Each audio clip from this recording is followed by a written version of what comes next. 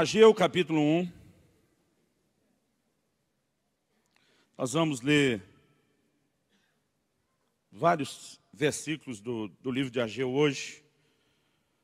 Mas eu quero que a gente possa começar aí já no versículo 2. Ageu, capítulo 1, versículo 2.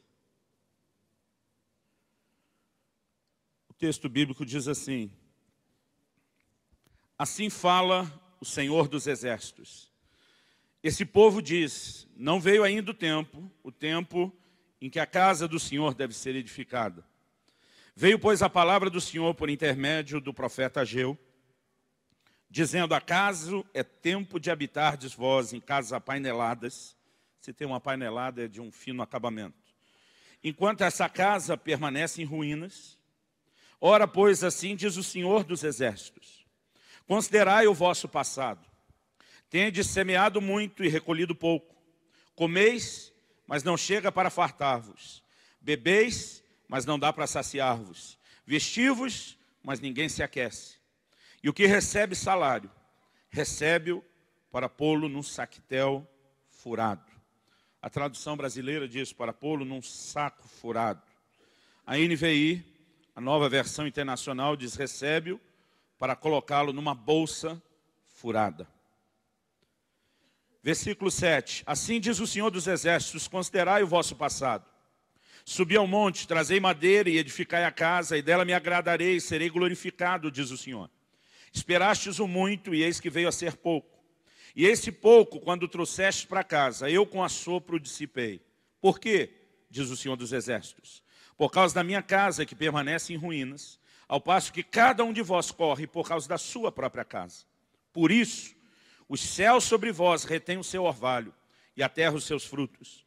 Fiz vir a seca sobre a terra e os montes, sobre o cereal, sobre o vinho, sobre o azeite, sobre o que a terra produz, como também sobre os homens, sobre os animais e sobre todo o trabalho das mãos. Deixa aberto esse texto, por favor. Pai, nós oramos nessa manhã, pedimos graça e favor, pedimos ajuda, o auxílio do Espírito Santo, para que possamos entender, enxergar as verdades da Tua palavra e que possamos trazer isso de forma prática para ser aplicado, vivido nas nossas vidas. Nós oramos em nome de Jesus, confiando na Tua ação, na Tua operação, ó Deus, não apenas no ambiente, mas de maneira personalizada no interior de cada um de nós. Nós oramos em nome de Jesus. Amém. Se você crê e concorda, diga amém. Na semana passada, nós compartilhamos um princípio sobre como atrair a bênção de Deus. O que eu vou falar hoje, talvez, pudesse ser apresentado de forma oposta. O que eu vou falar hoje, talvez, poderia ser apresentado com o seguinte título, como perder a bênção de Deus. Mas eu particularmente não quero usar esse termo porque eu quero focar muito hoje as questões financeiras. E como nós falamos na semana passada, a bênção de Deus não pode ser limitada a algo financeiro. A bênção de Deus, ela vai se manifestar na minha e na sua família, ela vai se manifestar nos nossos corpos, ela vai se manifestar na vida espiritual, ela vai se manifestar na vida ministerial, e nós precisamos enxergar a bênção de Deus como algo bem maior, como algo muito mais abrangente. E hoje eu quero que a nossa conversa fique um pouco mais nessas questões financeiras. Porque ao mesmo tempo que eu vejo gente falando sobre tudo que Deus quer te dar, eu percebo que tem pouca gente falando sobre quando Deus vai intervir de forma sobrenatural para que você perca. Há momentos, querido, onde a gente precisa entender a ideia da correção de Deus. Nós temos um conceito muito forte, contrário a determinadas palavras. Por exemplo, quando a gente usa a expressão possuído, o que é que vem na sua cabeça? A maioria já pensou em alguém endemoniado, possuído, por um demônio. Embora a gente precisa fazer a distinção, que normalmente a gente percebe numa experiência de libertação, é o que a Bíblia chama de ter um demônio. Quando a palavra de Deus diz lá em Lucas 13 sobre aquela mulher que tinha um espírito de enfermidade, o termo, a palavra usada no original grego é daimonos homenai, ter um demônio. Um estado de possessão é mais ou menos como aquele do gadareno. quando você vê alguém completamente fora das suas faculdades. Então ele não apenas tem um demônio, mas ele está debaixo de possessão, de um controle permanente. Mas a mesma Bíblia, a mesma palavra de Deus, às vezes vai usar o termo possuído para falar de alguém que foi tomado pelo Espírito de Deus. Mas normalmente quando a gente ouve o termo possuído, a gente não pensa em algo bom. A gente relaciona com algo ruim. Quando a gente usa a expressão confissão, quase sempre a gente pensa em uma confissão de pecado ou de um erro, admitir algo ruim. Mas confessar é reconhecer uma verdade. Então, se eu digo para minha esposa que eu a amo, eu estou fazendo uma confissão. Eu estou reconhecendo a verdade. Mas ainda assim, essas palavras vão ficando ofuscadas. E quase sempre, quando a gente pensa em maldição, a única coisa que a gente consegue imaginar é que isso só pode ter o dedo do cão e nada mais além disso. Mas a ideia de maldição na Bíblia, querido, quase sempre ela está relacionada, não é com o ímpio que não teme a Deus. Ela está relacionada com o povo de Deus, com o povo da aliança. A maldição, ela deveria ser vista como uma espécie de correção. Então, antes que eu entre para falar de algumas dessas coisas, eu quero que você saiba que eu não creio que seja o melhor de Deus para que ninguém viva. E eu não creio nem quando isso chega ao ponto extremo de Deus ter que corrigir nesse nível, que Deus quer que isso continue. O propósito de Deus é chamar as pessoas a um lugar de arrependimento. Mas eu quero compartilhar com você esse princípio, que eu vou chamar, usando a NVI, a nova versão internacional, de a bolsa furada. Eu não sei se alguém já teve essa experiência, mas eu lembro de algo quando eu era ainda bem menino, não sei se era fase já de adolescente, pré-adolescente, eu acho que era, que minha mãe me mandou fazer uma compra, né, dessas coisas que faltaram e precisa resolver depressa, não era nenhuma compra grande, expressiva. Minha mãe me mandou fazer uma compra para ela no mercado. Não sei se aquilo dá para chamar de supermercado ou só um mercado. Um mercado. Um mercadão, mas que não é um supermercado. E eu me lembro que eu peguei a listinha, comprei exatamente tudo que minha mãe pediu. E quando cheguei no caixa, na hora de pagar, irmão, quem disse que eu acho o dinheiro no bolso? Não está num bolso, não está no outro, não está. E quando eu revirei bem, o que eu achei num dos bolsos foi um baita de um buraco. E eu descobri que por aquele buraco o dinheiro tinha se perdido ao longo do caminho. Né? A agonia, querido, de perder o dinheiro, de chegar em casa, né, falar para a mãe que eu perdi tudo, o tempo, o dinheiro, a ida ao mercado, que não resolveu nada. Né? Foi algo assim que eu ainda consigo me recordar, eu consigo me lembrar. É um grande desgosto quando você encontra um determinado vazamento nas suas finanças, quando você começa a constatar perdas. No entanto, o que nós estamos lendo aqui no texto é que Deus está falando com o seu povo, o povo da sua aliança. Ele diz ali no versículo 6, vocês semeiam muito e estão colhendo pouco, comem, mas não chega para fartar-vos, bebem, mas não dá para saciar. Vocês se vestem, mas ninguém se aquece. E ele diz, e o que recebe salário, recebe-o para pô-lo num saco furado ou numa bolsa furada. Eu quero falar um pouco sobre essa bolsa furada. Quase sempre que a Bíblia fala de bênção, na Bíblia, ela não está, mesmo quando a bênção tem a ver com a questão financeira, ela não está necessariamente falando de riqueza, mas ela está falando de suficiência. Se você observar, né, e meditar com calma nesses textos, você vai ver que a bênção é medida pela suficiência. A Bíblia fala que o Senhor é o nosso pastor e nada nos faltará. Nós trocamos a ideia de não ter falta por ter demais. Mas a ideia da bênção, querido, na área financeira, ela tem muito a ver com a questão de suficiência. Agora, por outro lado, a maldição, ela quase sempre está relacionada com a questão de insuficiência. Isso não significa, querido, que o resultado financeiro que alguém possa estar vivendo tem a ver só com questões espirituais.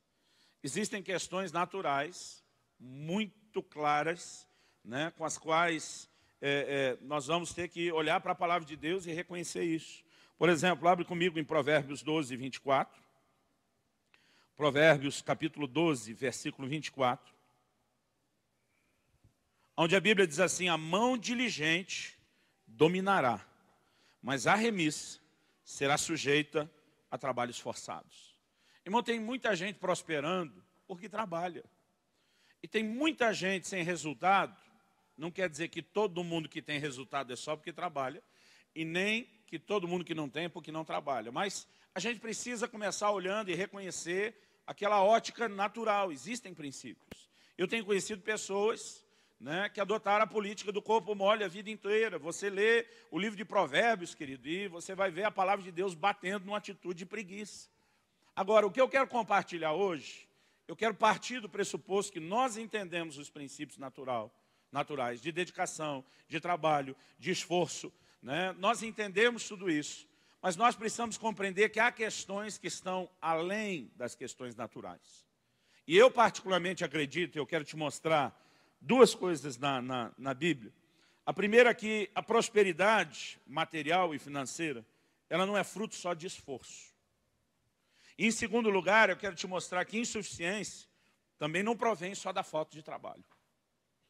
Embora essa verdade no natural vá se aplicar, a mão diligente dominará, a mão remissa vai empobrecer, diz outra versão, né? Nós precisamos entender que nós nos relacionamos não só com o reino natural, mas também com o reino espiritual. Então, em primeiro lugar, eu quero colocar esse fundamento bíblico de que a prosperidade não é fruto só de esforço. Abra sua Bíblia comigo no Salmo 127. Salmo 127.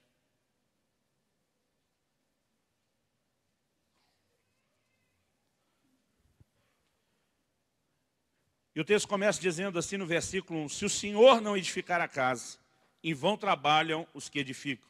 Se o Senhor não guardar a cidade, em vão vigia a sentinela. Então, nesse contexto, ele diz, inútil vos será levantar de madrugada, repousar tarde, comer o pão que penosamente granjeastes. Aos seus amados, ele o dá enquanto dormem. Então, a mesma Bíblia que ensina sobre o trabalho e a dedicação, diz, é inútil você levantar cedo, de madrugada, dormir tarde, né? Virar o dia todo ralando, comer o pão que penosamente granjeastes. A Bíblia diz, porque aos seus amados Deus dá enquanto dorme. Tem até uns dormindo mais, achando que vão ganhar mais desse jeito, né? Mas o texto, querido, não está negando a importância do trabalho. Mas está dizendo que nós que caminhamos com Deus, precisamos entender que Deus pode e Deus quer nos levar além do resultado natural de um esforço. Assim como, se o Senhor não edificar a casa, quem está trabalhando na edificação está fazendo isso à toa. Assim como se o Senhor não vigiar a cidade, em vão vigia a sentinela. Assim também, querido, eu e você não podemos apenas nos dedicar e confiar somente no resultado do nosso esforço e dedicação ao trabalho. A Bíblia está mostrando que nós podemos edificar com a bênção de Deus. Nós podemos ter um plus, um algo mais da parte do Senhor.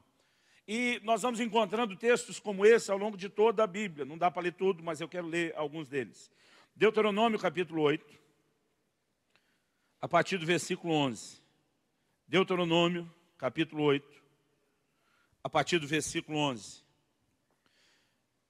Moisés, da parte do Senhor, traz esse recado para a nação de Israel. Guarda-te, não te esqueças do Senhor teu Deus, não cumprindo os seus mandamentos, os seus juízos e os seus estatutos que hoje te ordeno, para não suceder que, depois de teres comido e estiveres farto, depois de haveres edificado boas casas e morado nelas, depois de se multiplicarem os teus gados e os teus rebanhos, e se aumentar a tua prata e o teu ouro, e ser abundante tudo quanto tens, se eleve o teu coração, e te esqueças do Senhor teu Deus, que te tirou da terra do Egito, da casa da servidão, que te conduziu por aquele grande e terrível deserto de serpentes abrasadoras, de escorpiões, de secura em que não havia água, e te fez sair a água da pederneira, que no deserto te sustentou com maná que os teus pais não conheciam, para te humilhar e para te provar, e afinal te fazer bem.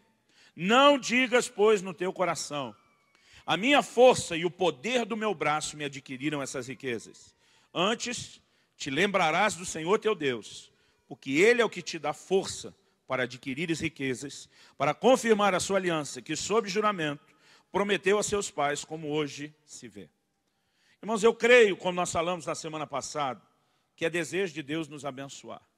Mas nós precisamos entender, como batemos na tecla aqui, o porquê Deus quer nos abençoar.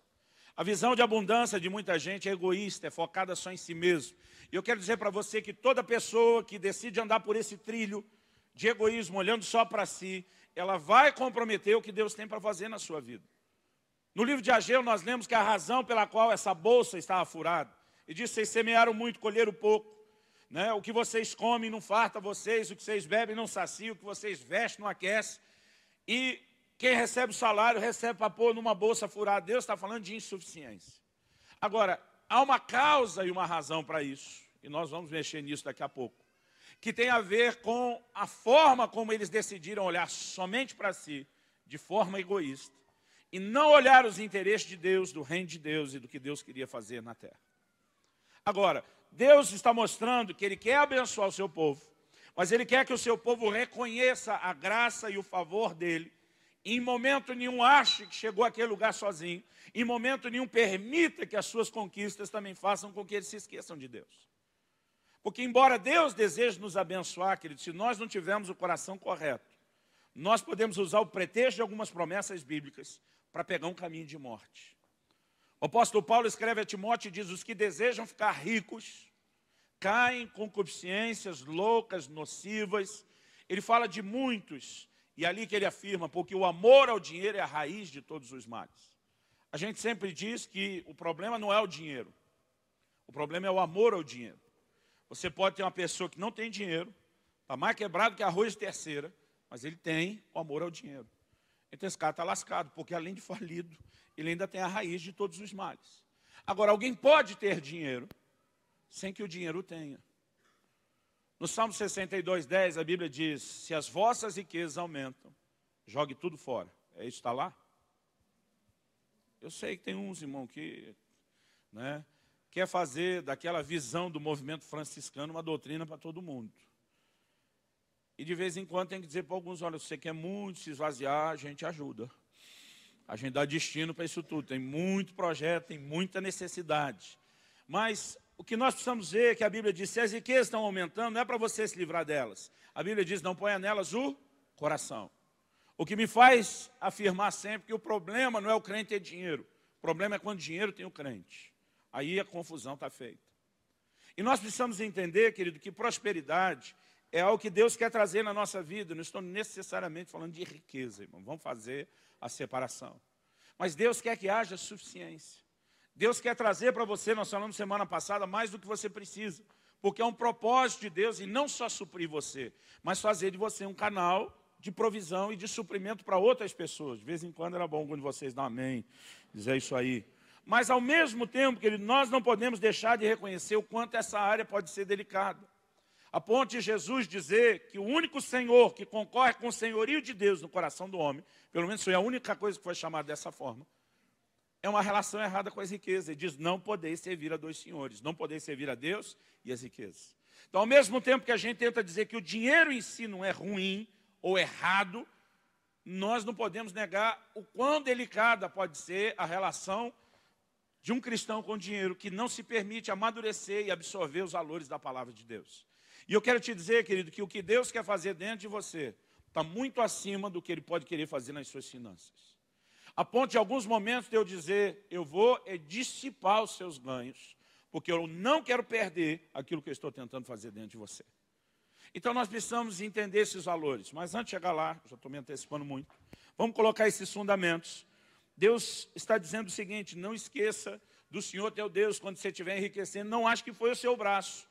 Antes você tem que se lembrar do Senhor que te dá o poder de adquirir riquezas. No Novo Testamento, nós vamos encontrar uma visão, querido, muito semelhante. Porque tem muita gente que acha que Deus só queria prosperar as pessoas na velha aliança e que Ele mudou de ideia na nova aliança. Em Mateus, no capítulo 6, depois Jesus está falando sobre não se preocupar com o que vai comer, com o que vai vestir. O Senhor Jesus diz em Mateus 6:33, buscai, pois, em primeiro lugar o reino de Deus e a sua justiça. E diz: e todas essas coisas vos serão acrescentadas. Quando ele chama isso de um acréscimo, ele está dizendo que isso vem em decorrência de buscar o reino em primeiro lugar. Ou seja, o acréscimo não vem só do esforço, da dedicação e do trabalho, mas de se priorizar os valores que Deus estabeleceu. Nós ainda podemos fazer referência a textos que vêm desde o Velho Testamento. Em Gênesis 26:1, a Bíblia fala que no tempo da fome, versículo 1 descreve a fome, mas o versículo 12 de Gênesis 26 Fala de algo que Deus fez na vida de Isaac. Gênesis, capítulo 26, versículo 12. O texto diz, semeou Isaac naquela terra, e no mesmo ano, então está falando da terra e do ano da fome, e no mesmo ano recolheu 100 por um, ou 100 por um, ou 100 vezes mais, porque o Senhor o abençoava. Então, a Bíblia mostrou só ele, irmão, todo mundo estava mal das pernas. Mas a Bíblia diz que os negócios de Isaac começaram a tomar proporção. E a Bíblia diz porque o Senhor o abençoava. Então, a primeira coisa que a gente tem que reconhecer é que prosperidade não é fruto só de esforço. Irmãos, eu acredito em trabalho. E eu acho que tem gente que tenta espiritualizar o que não precisa. De vez em quando eu vejo alguém falando, bom era se eu tivesse nascido judeu. Porque eles têm a bênção de Abraão. Onde eles põem a mão, a coisa funciona. Né? Irmão, se você olhar no mundo inteiro, antes de falar do que a gente vê no mundo inteiro, vamos lembrar que Gálatas diz que nós, os filhos da fé, que somos filhos de Abraão e que temos direito à bênção de Abraão. Eu não creio, querido, que você que está vivendo nessa posição de filho de Abraão não consegue ter uma bênção que outro que despreza Deus e não conhece a Deus está vivendo debaixo dela. Seria muita incoerência dizer que a bênção estava relacionada ao DNA e não a princípios. Agora, o que você vê, seja nos judeus, seja nos árabes, seja nos coreanos, qualquer imigrante, querido, que chega em qualquer país e está prosperando, eles têm uma característica comum, eles trabalham. E trabalham muito. E tem muita gente que fica olhando quem trabalha e diz, pois é, aquele lá dá tudo certo. Né? Tem que ter uma sorte. Né? Porque as pessoas, elas fazem vista grossa para alguns princípios. Agora, o que nós precisamos entender é que mesmo acreditando na importância de trabalho sério, a Bíblia diz aqui, ele não trabalha, não coma, é um princípio de Deus. Nós não podemos restringir, querido, o nível de resultados que vamos alcançar só ao nosso esforço. Nós precisamos acreditar que pode haver uma intervenção sobrenatural em nosso favor. Amém? Assim como a insuficiência também não provém só da falta de trabalho. O que a gente está lendo aqui no livro de Ageu, né, eu citei de novo o versículo 6, mas se você olhar comigo aí, Ageu, capítulo 1, vamos voltar no versículo 9 que a gente já leu. O texto diz assim, esperastes o muito, e eis que o muito veio a ser pouco, e esse pouco, quando o trouxeste para casa, eu com assopro o dissipei. Deus está dizendo, vocês já esperaram muito, em vez de muito veio pouco. E quando trouxeram pouco, Deus diz, ainda acabei com o pouco. Há momentos, querido, onde a insuficiência não é falta de trabalho. Há pessoas que estão, obviamente, se dedicando e elas não conseguem um nível de resultados. A gente vai enxergar a razão pela qual Deus estava lidando com isso, com a nação de Israel. Porque Ageu, querido, não foi o único que falou disso. Você olha, por exemplo, para Malaquias, Ageu, Malaquias, Zacarias, todos profetizaram na mesma época, no período do pós-exílio de Babilônia, quando a nação volta para reconstruir não só a cidade de Jerusalém, mas principalmente o templo, o lugar da adoração. Então, nesse momento, querido, algo está acontecendo. Aquelas pessoas voltaram e elas estão focadas somente em si, nas suas coisas e olhando só para o próprio umbigo.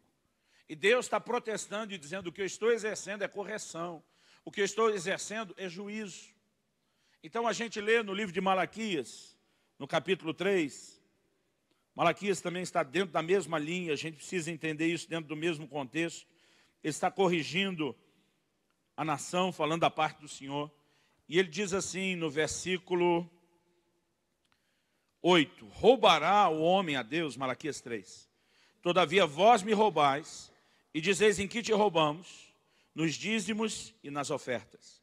Então o Senhor diz no 9, com maldição sois amaldiçoados, porque a mim me roubais, vós, a nação toda. Interessante, querido, que essa palavra que foi usada aqui no original hebraico, maerá, eu não sei se essa é a pronúncia exata, ela significa maldição. Essa palavra foi traduzida como maldição, significa só isso, querido, e nada mais. Deus está falando a respeito de maldição sobre o povo da aliança. Mas por quê, querido? Como nós falamos na semana passada, a bênção ela advém da prática de princípios, o que envolve a obediência a Deus, o que expressa o nosso reconhecimento de quem Ele é, do lugar e a posição que Ele tem, e de como os seus valores são a nossa regra e a conduta de vida. E nós vimos semana passada que quando andamos em obediência, isso atrai a bênção de Deus. Mas toda atitude deliberada de desobediência, querido, nos coloca na contramão da bênção, que é a maldição. A maldição é nada mais, nada menos do que as consequências da desobediência. E aí Malaquias está profetizando para o povo e diz: vocês, por estarem roubando a Deus, vocês estão sendo amaldiçoados. Deus estabeleceu algo que vocês não estão cumprindo. Deus determinou algo que vocês não estão obedecendo. E além da desobediência em si, o que nós vemos são os valores que estão sendo comprometidos, que nós vamos falar daqui a pouco sobre isso.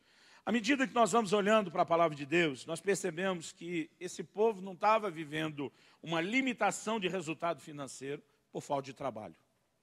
A Bíblia diz: vocês esperaram muito. Como é que a pessoa espera muito, querido, sem trabalhar? Eu disse: mas o muito venceu o pouco, e o pouco eu dissipei. Obviamente eles estavam se esforçando, obviamente eles estavam se dedicando. O problema, querido, é que tem gente tentando crescer materialmente, mas está trabalhando na contramão dos princípios de Deus. Abre comigo em Provérbios capítulo 13.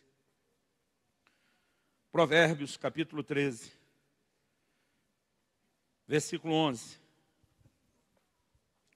A Bíblia diz assim: os bens que facilmente se ganham, esses diminuem, mas o que ajunta a força do trabalho terá aumento. A NVI traduzir esse texto assim: o dinheiro ganho com desonestidade diminuirá, mas quem o ajunta aos poucos terá cada vez mais. Outro dia um irmão me procurou, falou: pastor, desde que eu me converti, minha vida mudou. Minha família foi transformada, tudo está melhor. Ele falou: a única coisa que só fica pior é minhas finanças. Ele falou: pastor, quanto mais eu busco a Deus, mais dinheiro eu perco. Está indo tudo embora. Eu falei: vamos sentar e conversar sobre isso. Eu perguntei para ele: me ajuda a entender como é que você ganhou esse dinheiro todo. Ele falou: pois é, pastor, deixa essa conversa para lá.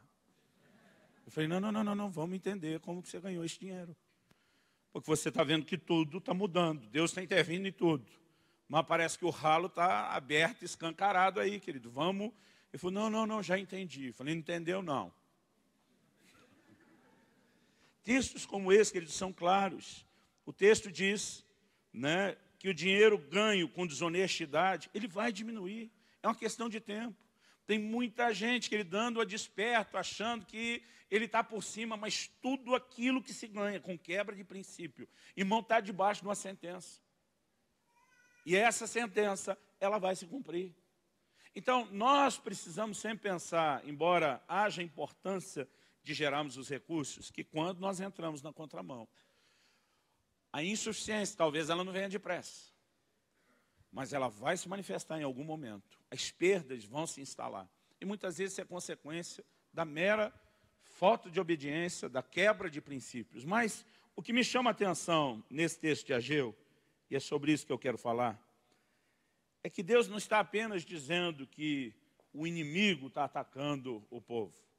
Deus diz: eu com assopro dissipei. O Senhor diz: sou eu que estou te resistindo. Sou eu que estou lutando contra você. Em outras palavras, sou eu que estou te boicotando. E a mesma Bíblia que reconhece que Deus quer trazer bênção, querido, sobre a minha e a sua finança, mostra que Deus vai jogar duro comigo e com você, quando nós começamos a sair da linha. E ninguém fala amém, ninguém dá glória a Deus agora. Vá comigo para o livro de Ageu, no capítulo 2. Livro de Ageu, capítulo 2.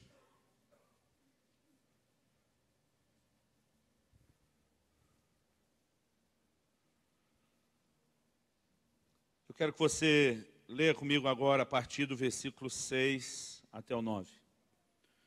Pois assim diz o Senhor dos Exércitos: ainda uma vez, dentro em pouco, farei abalar o céu, a terra, o mar e a terra seca. Farei abalar todas as nações. E as coisas preciosas de todas as nações virão, e encherei de glória essa casa, diz o Senhor dos Exércitos. Minha prata e meu é o ouro, diz o Senhor dos Exércitos. E a glória dessa última casa será maior do que a primeira, diz o Senhor dos Exércitos. E nesse lugar darei a paz, diz o Senhor dos Exércitos.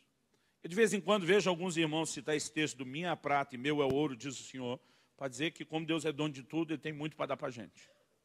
Mas interessante, quando Deus usa essa frase, minha prata e meu é o ouro, Deus está dizendo: eu vou sacudir muitos lugares e muita gente, para fazer com que a prata e o ouro venham para o lado de cá. para que a minha casa seja restaurada, para que a glória dessa nova casa ser reedificada seja maior do que a primeira. Então, o contexto da afirmação de Deus, minha prata e meu ouro, é dizer, alguns de vocês estão segurando minha prata, estão segurando meu ouro, e eu vou dar um chacoalhão em você para pegar de volta o que é meu. É impressionante como às vezes a gente tira algo do contexto. Quem está lá pedindo, oh Deus, se eu tenho dinheiro para prover, eu sei que tu é a prata e teu é o ouro. Deus está dizendo, exatamente, é minha, não é sua. E Deus está dizendo, eu vou trazer abalos. Nós compartilhamos aqui outro dia uma mensagem que eu chamei de os abalos de Deus. Irmãos, vamos ver como é que o Novo Testamento interpretou essa afirmação de Ageu. Vá comigo para o livro de Hebreus, no capítulo 12. Hebreus, capítulo 12.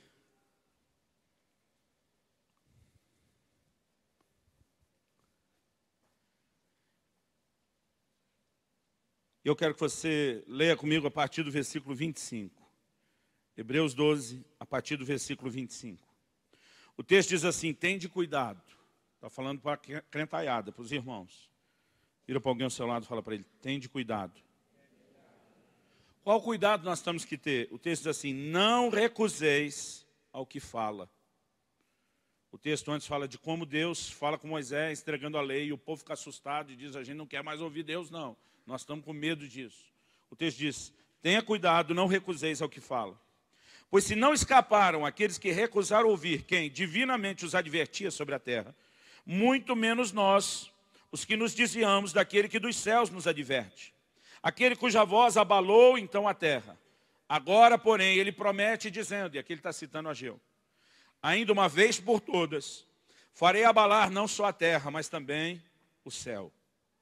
Obviamente, Deus não está falando apenas de um terremoto natural, porque está falando que ele vai chacoalhar, não é só a terra, ele vai chacoalhar o céu. 27, ora, essa palavra, ainda uma vez por todas, significa a remoção dessas coisas abaladas como tinham sido feitas, para que as coisas que não são abaladas permaneçam. Ou seja, qual o propósito de Deus de trazer o terremoto, a santa chacoalhada? A Bíblia diz que ele quer remover coisas que são abaláveis, que caem diante desse chacoalhar, para que as que não são abaláveis permaneçam. Ou seja, quando Deus está dizendo, eu vou chacoalhar, ele diz, eu vou botar ordem no negócio. Tem coisa de pé que não era para estar de pé, e eu vou derrubar, eu vou fazer cair. Agora, tem coisa que não se pode cair. Essa, não importa o chacoalhão que venha, é melhor do que toda aquela tecnologia dos prédios japoneses. E vai suportar o abalo e vai permanecer de pé. Agora, do que Deus está falando? Vamos continuar lendo. 28. Por isso, recebendo nós um reino inabalável. Irmão, o que é parte das coisas inabaláveis? O reino de Deus. É o reino que recebemos. Recebendo nós um reino inabalável, retenhamos a graça, pela qual sirvamos a Deus de modo agradável, com reverência e santo temor, porque o nosso Deus é fogo consumidor. A visão do Novo Testamento não é dizer, gente, Deus só apareceu como fogo consumidor no cume do monte, porque naquela época ele era meio mal-humorado. Ou ele estava um pouco bravo. Mas agora, nessa época da graça, Deus é um doce de gente. Irmãos, aquilo que Deus é, envolve o amor, mas envolve também o fogo consumidor. Ou seja, existem coisas, querido, que Deus não vai apenas acrescentar na minha e na sua vida. Existem coisas que Deus vai consumir. Eu sei que a maioria de nós não gosta de ouvir isso, mas é verdade. E é importante que a gente entenda o que Deus está falando a respeito desses abalos. O contexto dessa afirmação, querido, no livro de Ageu, era o seguinte. Vocês estão dizendo que não chegou a hora, o tempo de construir a minha casa. Mas a casa de vocês é de primeira. O que Deus está dizendo? Vocês abandonaram o meu reino, a minha casa, os meus valores, e colocaram vocês na frente. Irmãos, se Jesus falou de colocar o reino em primeiro lugar, e o resto vem a reboque acrescentado, você precisa entender que o princípio inverso vai gerar o resultado inverso. Quando nós deixamos o reino por último, e a gente se coloca em primeiro, então em vez de acréscimo, o que nós vamos experimentar é perda. Pastor, mas tem um monte de ímpio que nem está buscando a Deus e não está perdendo as coisas desse jeito. Irmão, você não é mais um ímpio. Pelo amor de Deus, diga amém, que você não é ímpio. Outro dia um irmão reclamou comigo, falou, pastor, parece que eu não posso assim botar o o cantinho do pé fora da linha, que Deus vem com tudo para cima. E ele falou, e o ímpio não está levando desse jeito. Eu falei para ele, o mesmo texto de Hebreus, capítulo 12. Diz que se nós estamos sem correção, nós não somos filhos, nós somos bastardos. Mas o texto diz que Deus corrige o filho a quem Ele ama. E se eu e você estamos debaixo de correção, querida, é porque nós temos alguém que se importa. E diz, eu não quero que você se desvie, eu quero que você se mantenha no caminho. E a correção, querida, ela pode, em muitos momentos, como Deus está falando aqui no livro de Ageu, trazer perdas. Essa não é a condição de Deus quer que a gente viva. Essa não é a condição de Deus quer que a gente permaneça. Porque olha comigo, mesmo o livro de Ageu, no capítulo 2, depois que Deus falou que Ele estava dissipando, depois que Ele disse que ia trazer aqueles terremotos todos, no versículo 17 de Ageu 2. Não, vamos começar no 15. Agora considerai tudo o que está acontecendo desde aquele dia, antes de pordes pedra sobre pedra no templo do Senhor, porque agora eles tinham decidido atender a voz de Deus. Antes daquele tempo, alguém vinha ao monte de 20 medidas e havia somente 10. Vinha ao lagar para tirar 50 e havia somente 20. Eu vos feri com queimaduras, com ferrugem, com saraiva e em toda a obra das vossas mãos. Está falando de todas as coisas que destruíam a plantação, a obra das mãos. E não houve entre vós. Um dia um irmão leu isso aqui e falou, pastor, Deus estava queimando e enferrujando as pessoas. Eu falei, não, era o trabalho deles. 18, fim do 17. E não houve entre vós quem voltasse para mim, diz o Senhor. Qual o propósito da correção, querido? Deus estava dizendo, eu quero acordar vocês, despertar vocês, chamar a atenção de vocês, para que vocês se voltem para mim. Deus diz, mas eu fiz despencar isso tudo na cabeça de vocês. E vocês não se arrependiam, não se voltavam. Então Deus está dizendo, só demorou, só durou, só foi ficando pior, porque vocês não se posicionaram. 18. Considerai, eu vos rogo, desde esse dia em diante, desde o 24º dia do mês 9, desde o dia em que se fundou o templo do Senhor, considerai essas coisas. Já não há semente no celeiro, além disso a videira, a figueira, a romeira e a oliveira não têm dado seus frutos, mas desde esse dia eu vos abençoarei. O que Deus está dizendo? Eu não vou continuar soprando e dissipando o que vocês têm. Eu não sou inimigo de vocês. Deus está dizendo, eu estava tentando chamar a atenção de vocês. Eu estava tentando corrigi-los. Eu estava tentando levar vocês a um lugar onde os valores são construídos de forma correta. Deus diz, agora que vocês deixaram um pouco de lado a casa de vocês e decidiram me colocar na frente, desde o dia em que vocês colocaram o fundamento, irmão, era o começo, o templo não estava acabado. Deus diz, pode marcar aí na sua folhinha, no seu calendário, desde o dia 24 do mês 9, esse é o dia da virada, esse é o dia da mudança. O Senhor diz, a partir de hoje, eu não vou estar contra, eu vou abençoar vocês. Nós precisamos olhar, querido, de forma clara, como Deus quer se relacionar conosco e nos levar a relacionar com Ele, no meio disso tudo, envolvendo a questão das finanças. Tudo aquilo que começa a entrar, querido, e tomar o lugar de Deus, e remover a visão correta que nós devemos ter do reino e dos valores de Deus, ele deixou de ser bênção e virou uma ameaça na minha e na sua vida.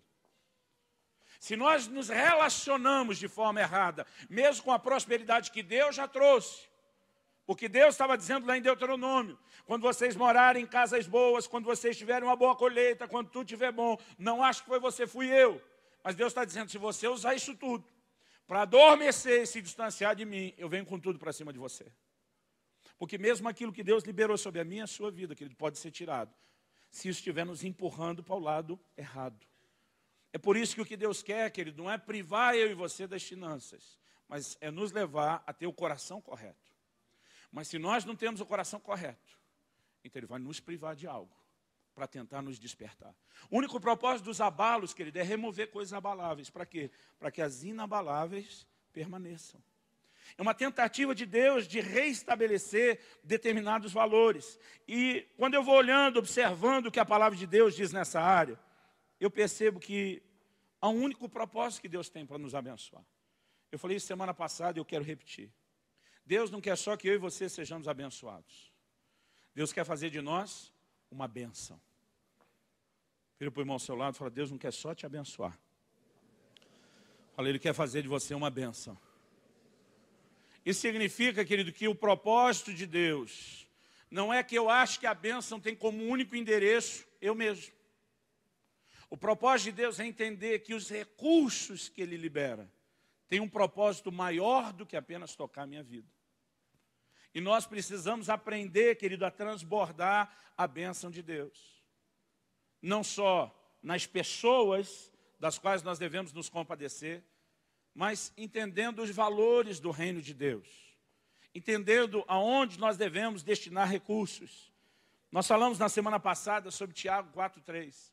Quando ele diz, pedis e não recebeis porque pedis mal. Qual a definição de Deus de pedir mal? Para esbanjardes em vossos próprios deleites.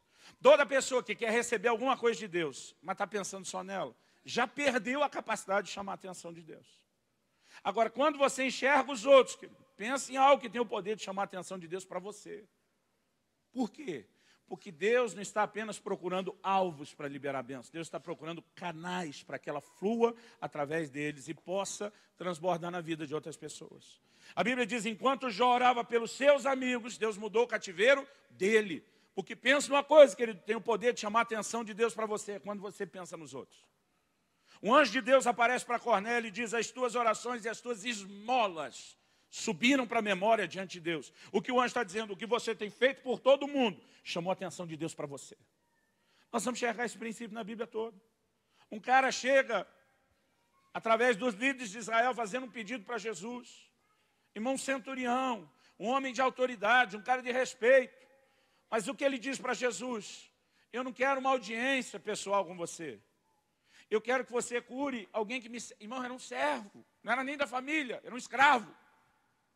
Mas isso mostra o coração que esse homem tinha. Meu servo está em casa sofrendo. Se eu puder conseguir alguma coisa de você, eu quero servir aquele camarada. Jesus olhou e disse, está em um coração certo. E diz, eu vou na sua casa. E diz, nem precisa entrar na minha casa. Eu não estou nem atrás do status que isso pode me proporcionar. Eu sei a autoridade que você tem. Diz uma palavra, lá em casa já vai funcionar. Você vai olhando na Bíblia, querido, as pessoas que têm chamado de uma forma singular a atenção de Deus. A gente fala da mulher cananeia, que não aceitou não como resposta. Ah, Jesus disse que não ia atender, ela insiste 1, 2, 3, na terceira consegue. E aí a gente começa a pregar, você também, não aceite não de Deus como resposta. Irmão, aquela mulher não estava pedindo nada para ela. Ela estava buscando a intervenção de Deus na vida da sua filha. E isso já coloca as coisas em outra perspectiva. Alguns de nós só buscamos a Deus quando aquilo de alguma forma toca diretamente a vida da gente. Mas eu acredito, querido, que há algumas coisas que a gente precisa entender. Deixa eu voltar um pouco aqui na questão dos abalos. Outro dia um irmão falou, não, se eu der o dízimo, tudo que Deus me confiou está protegido. Eu falei, de onde você tirou essa ideia? Não, a Bíblia diz que Deus vai repreender o devorador. Se o devorador estiver devorando o seu relacionamento com Deus, usando as suas finanças para se esquecer dele, Deus vai mexer com um devorador que não quer devorar só dinheiro, querido. Não, para ser uma espiritualização. Então tá, vamos lá para o Evangelho de Mateus, capítulo 6. Evangelho de Mateus, capítulo 6, versículo 19. Olha o que Jesus diz.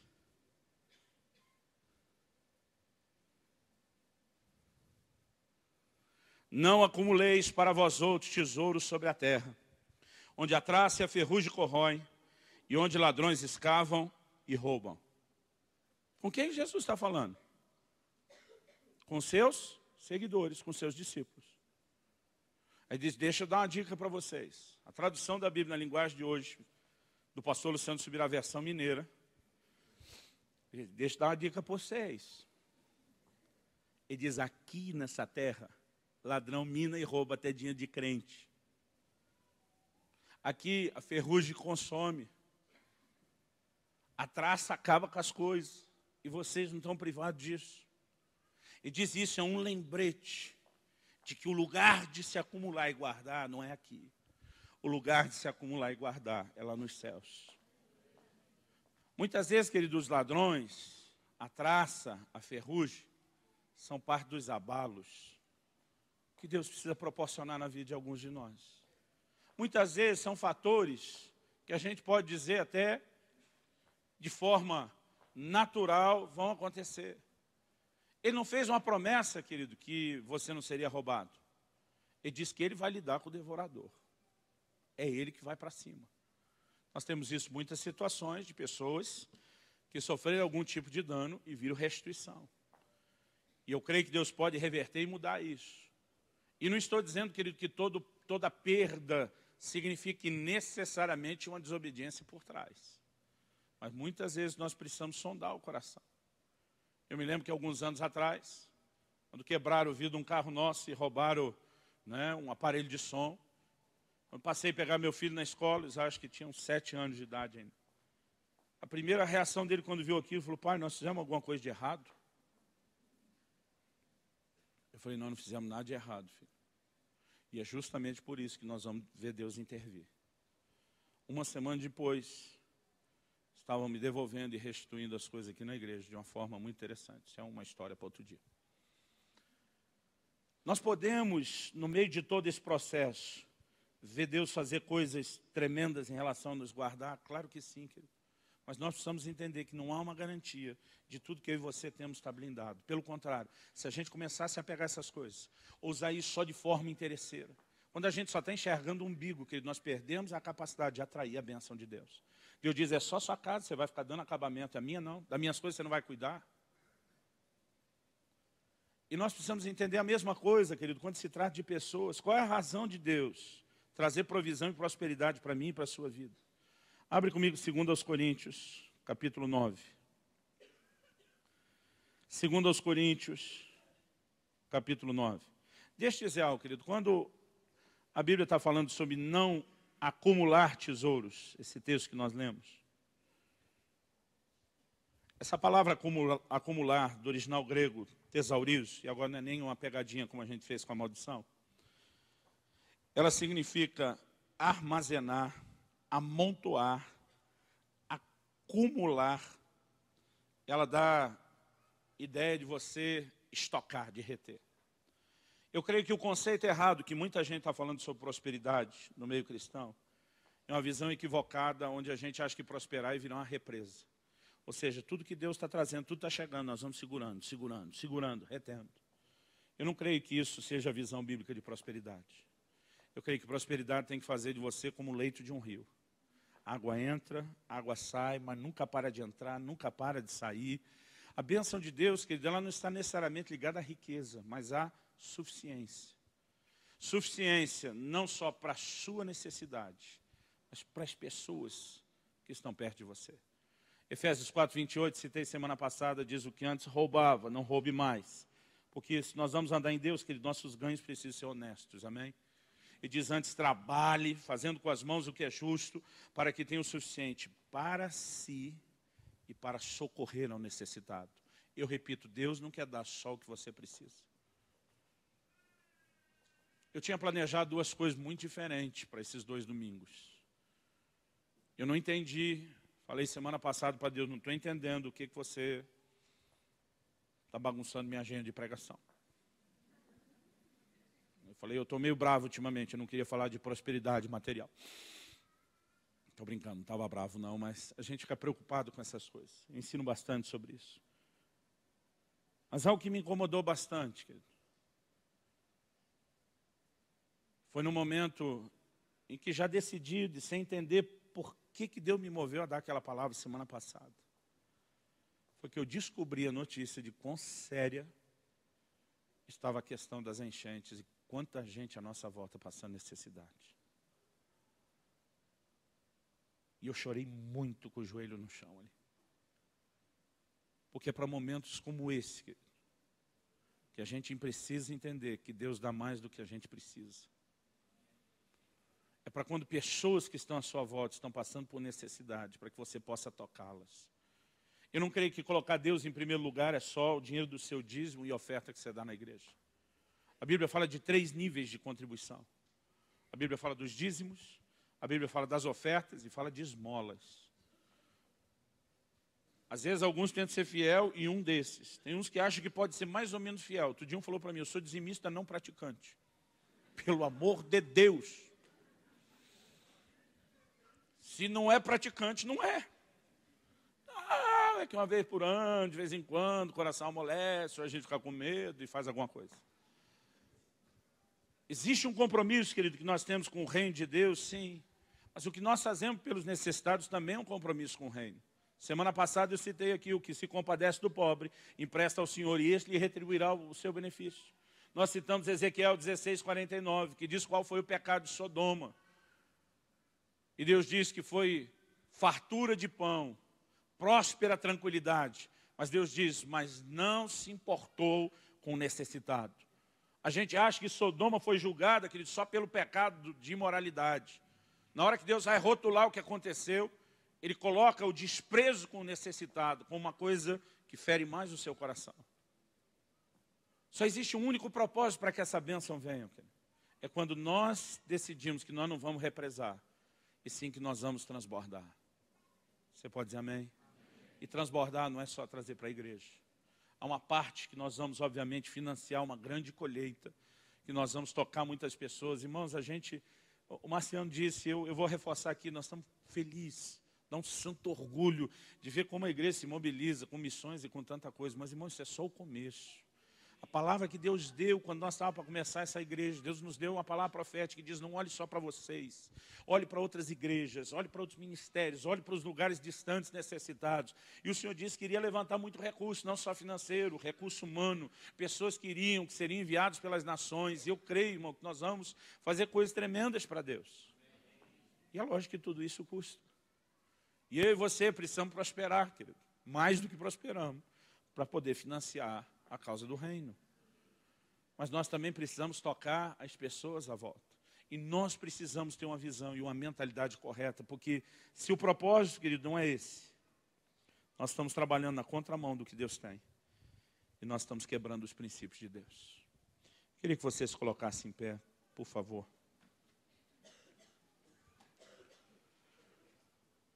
Segundo aos Coríntios, capítulo 9. É o último texto que nós vamos ler, que faltou.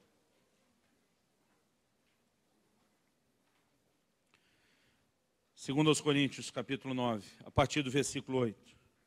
O texto diz assim: Deus pode fazer-vos abundar em toda a graça. Diga comigo: abundar em toda a graça. O texto diz assim: a fim de que, tendo sempre, diga comigo, tendo sempre,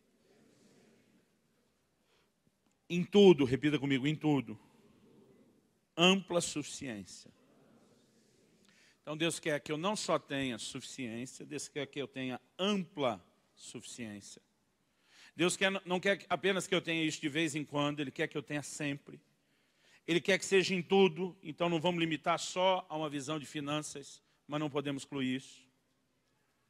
Para que Ele quer dar ampla suficiência? O texto diz assim: para que a gente superabunde em toda boa obra. Qual o propósito da ampla suficiência, querido? São as boas obras. E o texto diz assim: como está escrito, distribuiu, deu aos pobres, a sua justiça permanece para sempre. Ora, aquele que dá semente ao que semeia e pão para alimento, também suprirá e aumentará a vossa sementeira e multiplicará os frutos da vossa justiça. Parte do que Deus dá para mim e para você, querido, é pão, e pão é para a gente comer. Você tem direito de usufruir o que Deus te deu. Mas Deus não dá só pão. O texto diz que Ele dá semente. E sabe o que Deus quer multiplicar? O texto diz que Deus quer multiplicar semente. Porque o que Ele está te dando de pão hoje, querido, é o que Ele te dá amanhã e depois da manhã. Você não precisa passar o resto da sua vida aumentando a cota do pão. Aliás, a gente precisa entender muito do que a Bíblia fala sobre contentamento. Saber a hora de parar. Mas Deus quer continuar multiplicando a sementeira, o nosso poder de plantar. E o texto diz: Ele suprirá e aumentará a vossa sementeira, multiplicará os frutos da vossa justiça, versículo 11. Enriquecendo-vos em tudo, para toda generosidade. Para que Deus quer enriquecer alguém? Para toda generosidade. Eu achava que quando o Senhor diz, não junta tesouro aqui na terra, junta tesouro no céu, eu achava que Deus estava falando contra alguém ter qualquer tipo de coisa aqui na terra. Essa era a minha visão inicial. Até porque, para o jovem rico, quando ele falou, se livra de tudo que você tem, me segue, ele disse, você vai ter um tesouro no céu. Então eu pensava que a única forma de ter tesouro no céu era não ter nada na terra. Mas à medida que você vai estudando a palavra de Deus, querido, você entende que não é disso que Deus está falando. Em 1 Timóteo 6,17, eu tinha dito que aquele era o último, então esse é o pós-último. Ou o primeiro de uma nova série. Paulo diz assim: exorta aos ricos do presente século. Não tinha rico também na igreja. Exorta aos ricos do presente século que não sejam orgulhosos. E muita gente que chegou lá sozinho. Nem depositem a sua esperança na instabilidade da riqueza. Ou seja, você que está rico hoje pode não estar amanhã. É instável. Mas em Deus, põe a sua esperança em Deus, que tudo nos proporciona ricamente para nosso aprazimento. Irmão, a linguagem está bonita aqui, para nosso aprazimento. Vou ler isso na NVI, a Nova Versão Internacional. Mas em Deus, que de tudo nos provê ricamente para a nossa satisfação. Para agradar a gente. Porque parte é pão. Mas ele continua e diz que pratiquem o bem, que sejam ricos de boas obras, generosos em dar e prontos a repartir. Que acumulem para si mesmos tesouros, sólido fundamento para o futuro, a fim de se apoderarem da verdadeira vida. Ser rico para com Deus, ser rico nos céus, não quer dizer que você necessariamente tem que ser pobre na terra. Mas isso é determinado pela forma como você usa as riquezas da terra. Uma pessoa que se prende aos recursos da terra e deixa seu coração enroscar ali, ele já empobreceu no plano espiritual. Mas uma pessoa que usa o que Deus lhe confia, com essa disposição de dar generosamente, de ser pronto a repartir, de ser rico em boas obras, ele junta um tesouro nos céus. Então, se Deus vai multiplicar a sementeira, querido, não quer dizer que eu e você usamos o tempo para fazer o bem e acabou e nunca tem mais. De vez em quando a gente pode até se esvaziar fazendo bem, mas há uma lei espiritual que vai atrair recursos. A questão é a gente não se prender nos recursos e usá-los de forma correta. Irmãos, eu creio que Deus quer trazer provisão. Nós temos sonhos ousados, querido, de financiar uma grande colheita para Deus nessa terra. De ver o Evangelho sendo proclamado de todas as formas, de todas as maneiras, e que haja recursos para isso. E também nós queremos ver a igreja enxergando e manifestando esse amor que a gente prega de forma muito prática, tocando a vida das pessoas. A melhor forma de pregar o Evangelho, querido, é quando nós fazemos algo pelos outros. É quando a gente mostra que a gente não está tentando arrancar nada de ninguém, que a nossa visão é oferecer, acrescentar. E é lógico que a nossa oração, como liderança, como pastores, é que vocês prosperem. Agora, se você não enriquecer para a generosidade, você está entrando num caminho delicado, onde a palavra de Deus diz, os que querem ficar ricos, quando a pessoa quer aquilo para ela, o texto diz, elas caem em muitas concupiscências loucas e nocivas, as quais afogam os homens na ruína e na perdição. A Bíblia diz, porque o amor ao dinheiro é a raiz de todos os males, e alguns nessa cobiça se desviaram da fé, e a si mesmos se atormentaram com muitas dores. Eu repito, eu não quero generalizar. Há muitas razões pelas quais alguém pode estar vivendo um momento bom, e nem sempre é a bênção de Deus. Às vezes uma pessoa que o balão está enchendo hoje, vai murchar amanhã.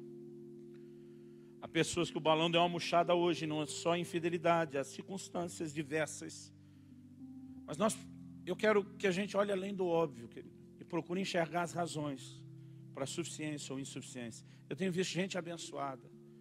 Eu tenho visto gente que ganha 1, 2 salários mínimos, tem a casa própria quitada, tem carro pago, tem suficiência. Eu tenho visto nego que ganha 30, 40 mil e está endividado, está hipotecado até a alma.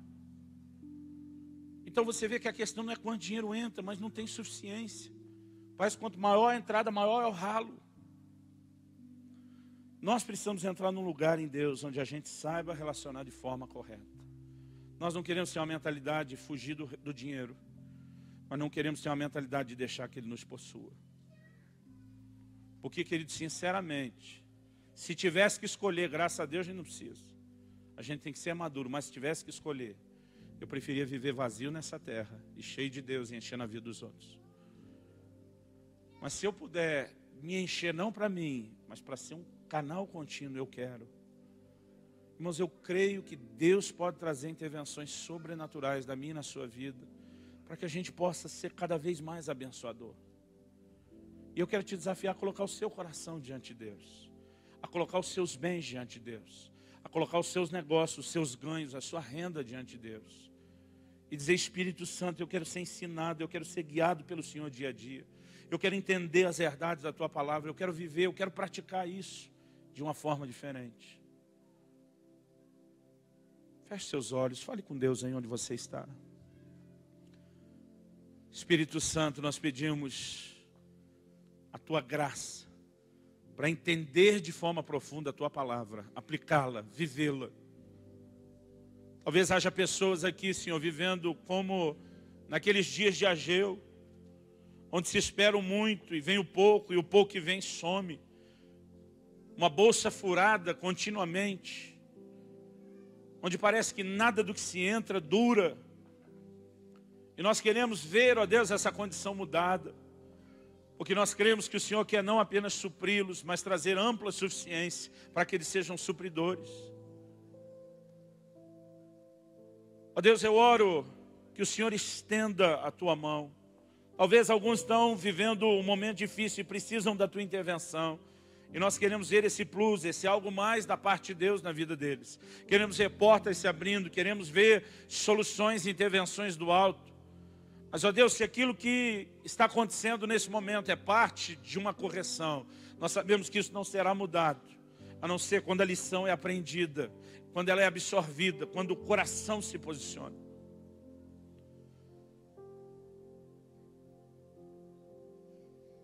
Nós queremos viver debaixo do Teu senhorio pleno e absoluto.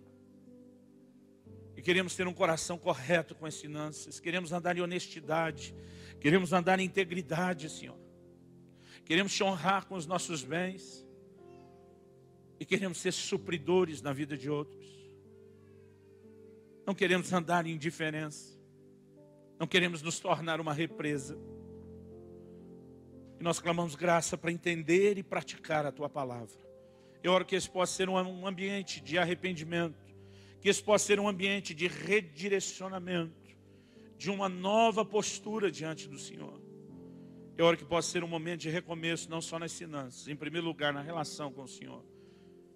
E que o que se veja nas finanças seja só um efeito colateral. E livra-nos, Senhor, de toda ambição, de toda avareza, e de tudo aquilo que tem nos mantido enraizados nessa terra, focados nesse mundo e não no Teu reino. Eu oro a Deus que venha um tempo de grandes intervenções do Senhor. E que a gente possa experimentar o Teu mover. Mas eu oro, e na verdade a gente nem precisa orar, porque o Senhor já disse isso.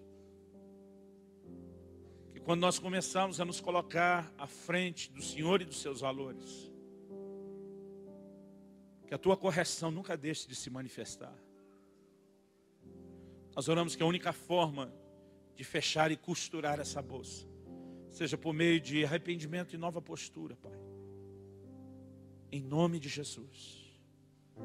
Em nome de Jesus. Se você crê e concorda, diga amém. Você recebe essa palavra, diga amém, eu recebo.